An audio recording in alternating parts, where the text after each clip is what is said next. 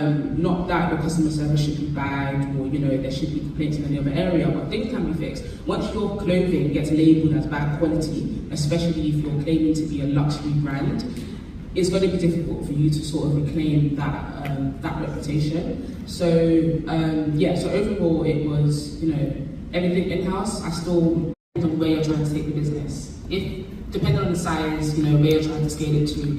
If I was content with staying at around £1 million pound mark in revenue, then I would just continue funding the business for myself, because I don't, like Neil said, there's a certain level of pressure, stress, etc. that will come from every single person's dress.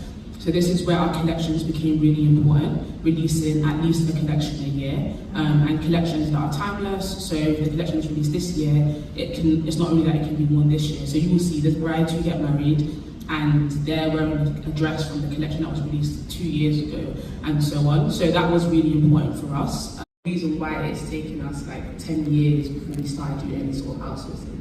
So I was very big on the quality has to be like this, and we are not changing the stitch from that or the hem from this to that. It has to be this fabric. I'm not compromising this fabric. We're only using these embroiderers.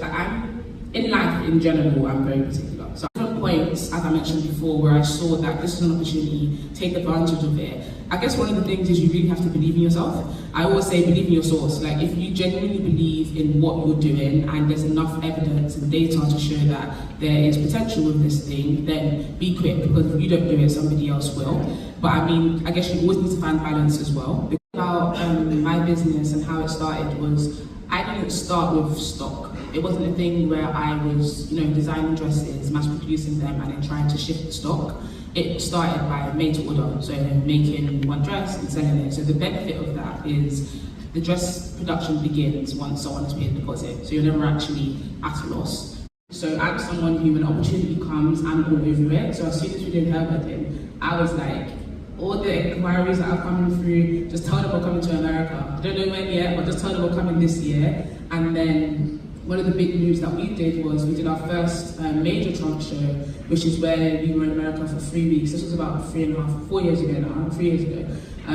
We visited New York, Houston, and Atlanta, and we literally saw 100 brides in that time. Traveling was completely independent. It wasn't partnered with any other store or anything like that, because it was a time where I wanted to see how strong is our brand and how strong is our reach, and it was very successful. And since then, we've been increasing the amount of trunk shows we do every year and just working on that expansion for the state.